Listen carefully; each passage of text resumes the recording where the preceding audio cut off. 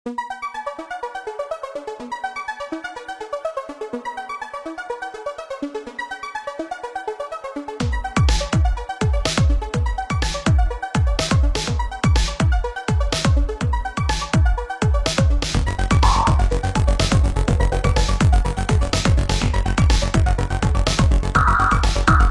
guys, semua semali. Salam guys. Kuatnya. Sekejap. Dah, habis dah bunyi background. Okey, salam guys, semua semalik di sini. Okey, so sebelum kita nak sembang dengan lebih lanjut lagi berkenaan dengan smartphone terbaru daripada Realme ni, aku rasa eloklah kalau aku share satu info ni dengan korang terlebih dahulu. Sebab aku perasan memang agak ramai jugalah orang kat sana yang agak confused lah dengan penjenamaan daripada Realme ni kan. Jadi seperti korang sedia maklum, nama untuk smartphone terbaru daripada Realme ni ialah Realme GT Master Edition. So nama dia tu memang macam seakan-akan dengan smartphone flagship yang dikeluarkan oleh Realme baru-baru ni lah, iaitu Realme GT. Jadi benda yang aku nak share pada korang ni, walaupun nama dia tu adalah Realme GT Master Edition, tak bermaksud yang mana Realme GT Master Edition ni adalah lebih powerful daripada Realme GT. So kalau sekarang ni korang adalah pengguna Realme GT, korang tak payah nak menggelabah kan, tak payah nak risau lah. Rest assure yang mana smartphone Realme GT korang tu so far adalah the king of Realme smartphone buat masa sekarang ni. So kalau dia bukan lagi powerful daripada Realme GT, kenapa nama dia ada Master Edition kat belakang tu kan? Sebab yalah bunyi Master Edition tu nampak macam lagi powerful kan? Jawapan dia memang mudah je.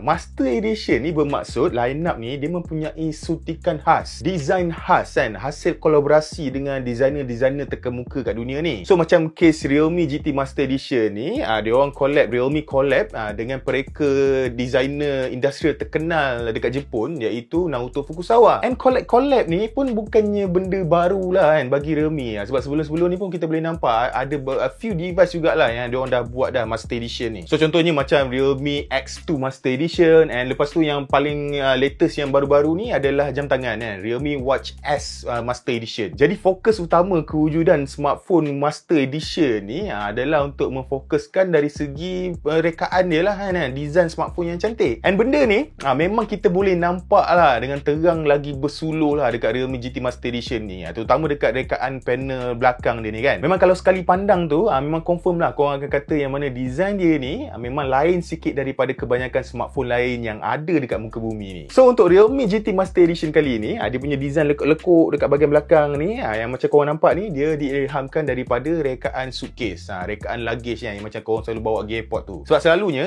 kalau korang perasan, bag-bag yang macam luggage ni dia ada lekuk-lekuk banyak gila lekuk-lekuk kan. So dia lebih kurang samalah dengan Realme GT Master Edition ni. By the way, thanks Realme sebab sambil hantar smartphone ni, korang bagi sekali bag luggage kecil ni. Aku pun aku tak tahu nak letak apa kan, nak letak barang apa dekat bag kecil macam ni. Aku rasa ni kalau aku letak boxer selai 2-3 dah penuh dah kan. So itulah memang pelik, tapi anyway terima kasih. Lagipun kalau dia bagi luggage besar pun macam tak ada function lah pun kan. Bukannya kita boleh travel pergi mana-mana pun sekarang ni. Memang confirm lah akan terperap je kat rumah kan. So itulah. Jadi kalau kita lihat dengan teliti rekaan back panel dia ni, selain daripada garisan tenggelam timbul tu, korang juga akan nampaklah placement 3 kamera dia kat belakang tu. Lepas tu sebelah dia tu ada placement logo Realme, tanda tangan daripada pereka dia sendiri iaitu Naoto Fukusawa, dan korang akan nampak juga penggunaan finishing vegan leather warna kelabu pada keseluruhan back panel dia ni. And personally, aku memang suka gila lah rekaan overall yang terdapat pada Realme GT Master Edition ni. Sebab yalah,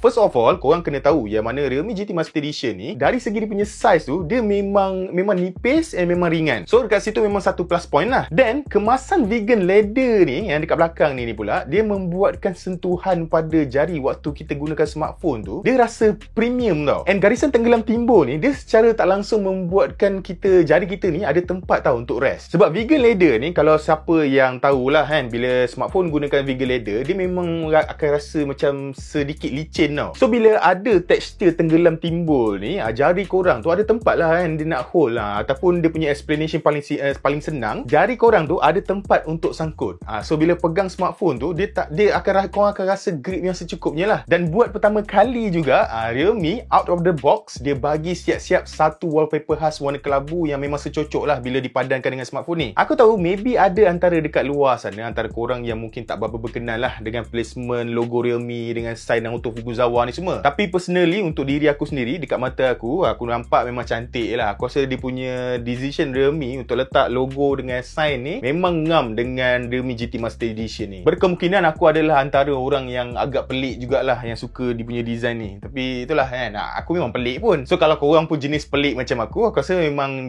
benda ni memang satu benda yang welcome lah kan. Kita boleh welcome dia lah sebab dia pelik and design dia cantik. Dan tak cukup dengan itu, dalam kotak selain daripada korang dapat adapter penyiasan 65W, dapat buku manual, dapat C injector tu semua, korang juga akan dapat satu casing percuma yang menyerupai juga rekaan back panel yang terdapat pada Realme GT Master Edition ni. Tapi itulah, aku sendiri pun tak berapa nak guna sangat pun casing dia tu kan. Aku pakai naked macam ni je. Lagipun sepanjang aku gunakan Realme GT Master Edition ni, aku tak pernah ada masalah cap jari berlengas dekat bahagian belakang ni ke. Big Leather dia memang tak ada melekat cap jari. Dan kemudian macam aku cakap tadi lah, smartphone ni bila pegang naked macam ni, dia tak licin pun. Kebanyakan smartphone lain kita pakai casing sebab dia licin. Tapi dekat Realme GT Master Edition ni langsung tak ada licin, langsung tak ada melekat cap jari. So buat apa aku pakai casing kan? Aku mesti nak tengok, aku nak rasa sendiri macam mana dia punya design dia tu kan. Diorang dah habis masa beratus jam buat rekaan yang macam ni. Lepas tu kita perkena casing, dah jadi lain, tak sedap kan. Kemudian untuk skrin hadapan dia pula, Realme GT Master Edition ni dia menggunakan paparan jenis Super AMOLED bersaiz 6.43 inci dengan resolusi Full HD+, kecerahan maksimum sehingga 1000 nits menyokong kandungan HDR, 100% P3 wide color gamut untuk warna yang tepat, ada punch hole kamera selfie dekat bahagian atas, kecil je. Dekat skrin dia ni juga ada in-display fingerprint scanner yang mana memang tepat baca cap jari. Dan benda yang paling penting sekali, skrin dia ni menyokong higher refresh rate adaptive sehingga 120Hz. So basically kalau nak cerita pasal skrin dia ni, memang aku cukup puas hati lah. Sepanjang aku gunakan smartphone ni, tak pernah sekali pun aku rasa ada kekurangan pada skrin dia ni. Cuma kalau nak cerewet, ada 3 benda je lah yang aku kurang berkenan sikit. Pertama, dia masih lagi mempunyai bezel yang sedikit tebal dekat bahagian bawah. Dia tak ada tebal sangat, tapi memang akan very noticeable lah. Sebab yang lain-lain semua nipis, lepas tu bawah ada tebal sikit. Kemudian yang kedua, dia punya placement untuk fingerprint scanner dia tu memang terlampau rendah sangat. Aku lebih suka kalau dia tinggi sikit. Dan yang ketiga, walaupun skrin dia ni cantik, walaupun sedap kalau korang gunakan smartphone ni untuk layan entertainment, tengok movie tu semua, still Realme GT Master Edition ni hanya didatangkan dengan setup mono speaker sahaja. So korang mesti pelik kan, apa kena-mena mono speaker dengan ketidakpuasan hati aku dekat dia punya paparan display dia ni. Argument aku memang senang je. Kalau bila kita nak tengok, let's say lah nak guna smartphone untuk tengok YouTube, untuk tengok entertainment, selain daripada korang nak enjoy mata korang tengok konten dekat skrin tu, antara benda lain yang akan membantu untuk memberikan korang kepuasan bila menonton sesuatu dekat korang punya smartphone adalah dia punya speaker dia lah. Tapi don't get me wrong, aku bukan kata yang mana mono speaker tu tak bagus kan. Sebab yelah, Realme GT ni walaupun dia didatangkan dengan mono speaker, dia punya quality speaker dia tu memang baik lah. Dia punya bunyi memang lantang, memang kuat, bass pun memang confirm terasa. Cuma tu lah, untuk price range yang macam ni, dia masih lagi datang dengan mono speaker. Aku memang mengharapkan yang mana dia dilengkapkan dengan stereo speaker. Sebab seperti korang semua sedia maklum, stereo speaker, placement stereo speaker adalah lebih baik lah daripada mono speaker. So lagi enak lah bila kita gunakan smartphone tu untuk layan segala konten dekat skrin dalam smartphone kita ni kan. So itulah argument aku. Kemudian untuk spesifikasi lain dia pula, Realme GT Master Edition ni dia masih lagi mempunyai lubang audio jack. Slot SIM dia menyokong penggunaan 2 SIM, tapi dia tiada slot penambahan memori. Ianya juga menyokong penyiasan Type-C SuperDart 65W. Dia ambil masa dalam setengah jam je nak penuh. Memang laju gila. Dia punya haptic feedback vibration dia pun memang sedap. So kalau guna untuk typing tu semua, memang rasalah, korang boleh rasalah dia punya mewah dia tu. Dan last sekali, power button and volume button ni very clicky. So bila guna tu memang korang boleh rasalah dia punya premiumness dia tu. Kemudian Realme GT Master Edition ni juga adalah merupakan smartphone pertama di Malaysia yang menggunakan chip pemprosesan terbaru daripada Qualcomm, iaitu Qualcomm Snapdragon 778G 5G, menggunakan GPU Adreno 642L, kapasiti RAM 8GB, internet storage dia ada 128GB atau 256GB, menggunakan teknologi Bluetooth 5.2, dual band Wi-Fi, menggunakan versi Android 11 dengan antarmuka Realme UI 2.0 dan kapasiti bateri sebesar 4300 mAh. So untuk day to day dari performance dia, bagi penggunaan aku overall memang cukup mantap lah. Sepanjang aku gunakan smartphone ni, aku belum berdepan lagi lah dengan masalah lag ke, app lambat buka ke, ada bugs ke.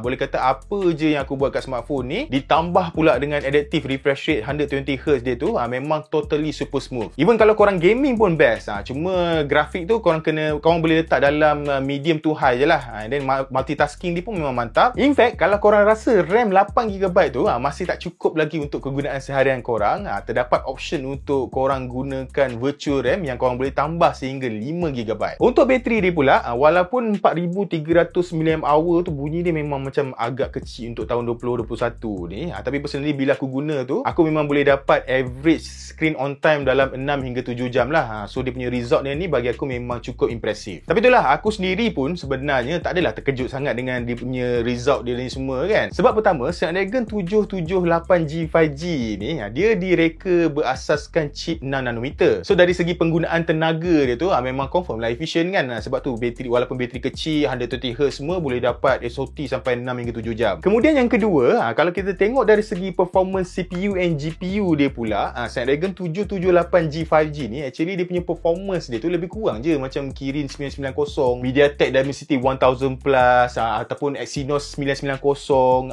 A12 Bionic daripada Apple. And dia punya performance dia pun sebenarnya lebih kurang sama je macam X flagship daripada Snapdragon sendiri, iaitu Snapdragon 855 Plus. Just beza 778G 5G ni dengan chip-chip lain yang aku dah yang aku cakap tadi tu, mainly adalah lebih dari segi dia punya sokongan-sokongan lain lah. Contohnya macam kalau kita tengok pada bahagian kamera kan, smartphone ni disebabkan dia gunakan Snapdragon 778G, dia boleh hanya support record tu up to 4K 30 frame per second saja. So bukannya sebenarnya smartphone ni tak boleh record sampai 4K 60 ke 8K ke, tak. Dia limitasi dari segi chip tu sendiri. Chip tu tak membenarkan untuk pergi more than that lah. And satu lagi, yang ni bukan aku nak complain lah, dia lebih kepada macam gosip-gosip lah. So untuk Realme GT Master Edition ni, by default kan, bila korang first boot up tu, korang memang akan terkejut sikit lah. Sebab bila korang masuk je dekat home screen ni tu, first time korang boleh nampak punyalah banyak gila bloatware kan. Memang confirm semak lah mata korang tengok kan. Tapi itulah, korang tak payah risau. Walaupun dia banyak bloatware, mostly kebanyakan bloatware ni korang boleh uninstall lah. So dia tak adalah masalah kat situ. So sebab tu aku kata dia, yang aku bukan nak komplain, tapi adalah lebih untuk memberi info kan, gosip-gosip sikit kan dengan korang kan. Dan last sekali kita sampai ke bahagian kamera dia pula. So macam aku cakap pada awal video tadi, dekat bahagian belakang ni terdapatnya 3 setup kamera, iaitu kamera utama 64MP, kamera ultrawide 8MP dan kamera makro 2MP. Untuk kamera selfie dekat bahagian hadapan tu, dekat punch hole tu adalah bersaiz 32MP.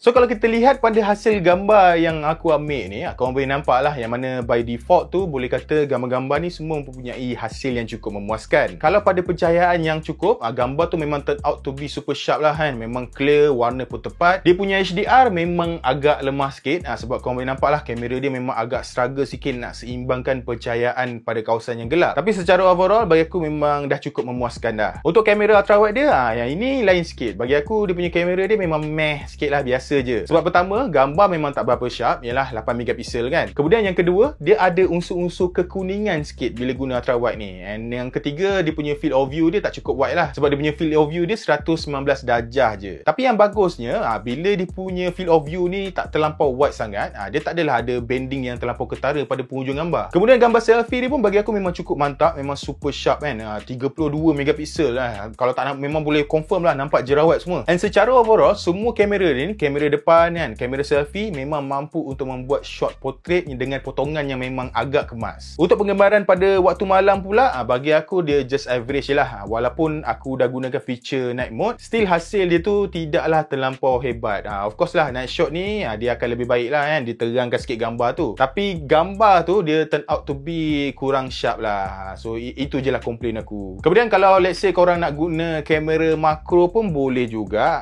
Tapi itu pun kalau korang berselera lah kan dengan hasil dia, memang agak teruk lah. Dan walaupun dia tak ada kamera telefoto, korang boleh gunakan fungsi digital zoom, yang mana kalau 2x zoom tu masih lagi cantik. Tapi kalau korang go beyond that, macam 5x zoom tu, dia punya hasil gambar dia tu memang kurang sharp. Untuk video pula, macam aku cakap tadi lah, max dia boleh pergi adalah pada 4K 30 frame per second. Quality video memang ok, cuma hasil video dia tu kurang stabil lah. Kalau korang nak stabil, korang boleh gunakan fungsi ultra steady. Tapi ultra steady ni dia boleh pergi max 1080p 1080p 60 frame per second saja. Dan kemudian sama juga untuk kamera depan dia, max korang boleh pergi 1080p saja. Memang agak bergegas sikit, tapi kalau korang gunakan fungsi ultra steady, footage dia memang akan lebih stabil, tapi dia akan ada crop yang memang banyak gila. So itulah dia Realme GT Master Edition. Kesimpulannya, untuk sebuah smartphone yang memfokuskan desain luaran sebagai main priority utama dia tu, Realme GT Master Edition ni dia memang adalah merupakan smartphone yang sangat bagus. Sebab macam korang boleh nampak lah, dia punya rekaan dia pun memang cantik, skrin dia pun cantik, phone pun tak adalah berat kan, ringan, sedap pegang kat tangan. Ada kemudian kalau cerita dari segi performance, tak ada masalah juga, performance dia pun bagus, performance bateri dia pun bagus, charging pun laju, kamera dia pun okey. Cuma apa yang aku nampak, ada dua benda je lah kalau nak jadi major turn off untuk korang tak beli smartphone ni. Sebab satu, dia masih lagi menggunakan setup mono speaker. So mungkin ada antara korang yang tak berapa gemar dengan setup satu mono speaker ni je kan. Ada kemudian yang kedua, dia tak ada slot untuk penambahan memori. So memang sangat penting lah waktu korang nak beli Realme GT Master Edition ni, korang kena decide siap-siap sama ada korang nak go for model yang 128GB ataupun model 256GB. Jadi untuk harga jualan dia, Realme GT Master Edition ni dijual pada tanda harga jualan RM1,499 untuk model yang 128GB dan RM1,699 untuk model 256GB. Dan pada 9 hari bulan 9 2021 ni, Realme akan buat first sale lah untuk Realme GT Master Edition ni, yang mana korang boleh dapatkan model yang 128GB tu pada harga diskaun RM1,399. So ada diskaun dalam RM100 lah. Macam biasa, aku akan letak link pembelian dekat dalam description box di bawah ataupun dekat dalam komen kat bawah, okay? Jadi guys, sampai di sini saja video kita untuk hari ini. Macam biasa, kalau korang rasa video ni best, jangan lupa untuk tinggalkan like dan subscribe. Kita berjumpa lagi di video yang seterusnya. Bye-bye.